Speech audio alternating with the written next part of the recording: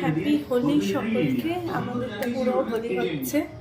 এই যে সকালবেলা প্রভাতফেরি থেকে এলাম, এখন যাব আবার রং খেলতে।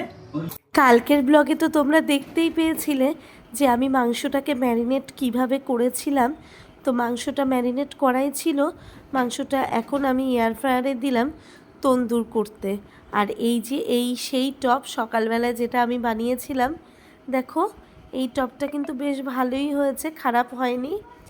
আর তার সাথে আমাদের ড্রেস কোড ছিল কোমরে একটা কোনো রকম মানে যেই কালারই হোক একটা বাঁধনি ওড়না বাঁধতে হবে।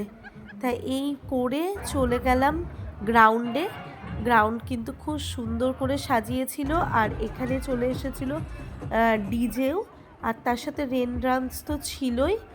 ভীষণ মজা করে আমরা রং খেলাটা খেললাম কালকে। আর এত হোলির গান বাজছিল যে সত্যি খুব ভালো লাগছিল। আর আমি তো পুরো একদম হোলি খেলে ভূতি হয়ে গেছি। হোলি খেলে বাড়ি ফিরে আস্তে আস্তে ওই 3টা মতন মানে বেজে গেছিলো কালকে। আর তারপরেই আবার আমি পুরোটাই সেরে গেছিলাম, শুধু গিয়ে ফ্রাইড রাইসটাই করা বাকি ছিল। তাই কিন্তু আমি আজকে একটু অন্যরকম ফ্রাইড রাইস করছি। আমি পুরো ফ্রাইড রাইসটা বাটারে করছি, আর তার মধ্যে দিয়ে দিলাম একটু লেমন জেস্ট, মানে লেমনের যে ওপরের পার্টটা থাকে না, সেটা ঘষে এই ফ্রাইড রাইসটাতে দিয়ে দিলাম। তাতে কিন্তু টেস্টটা খুব ভালো হয়েছিল।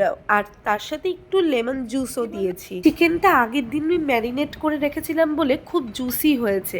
আজকের মেনুতে ছিল চিলি চিকেন, চিলি পনির, আর তার সাথে তন্দুর চিকেন।